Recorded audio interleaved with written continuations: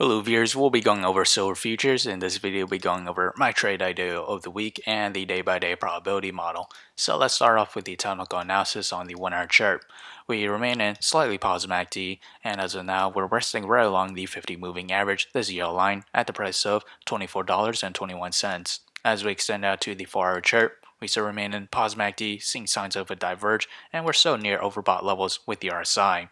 As we extend out once more onto the daily chart, we still remain in negative MACD, and as of now, we are encountering a channel from what we started back in September 1st all the way to now and present time, and we do have the 100 moving average, this orange line, acting as our resistance, and that is around the price of $25.07. We do need to break above that resistance to break out of that channel.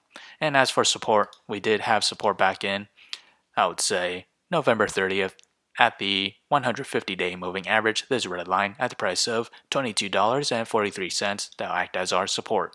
If we were to move down lower to test support, that price movement to the downside is roughly around 7.7%, and to test resistance, that is around 3.2% to the upside. As for the trade idea of the week, I'll be trading SLV, and my position size will be less than 1% of my portfolio, and my long entry is at $21.91, and that is this range here, and that coincides with the 9-day moving average, this blue line. As for my sell target, that's at $22.76, and my stop loss is at $21.64.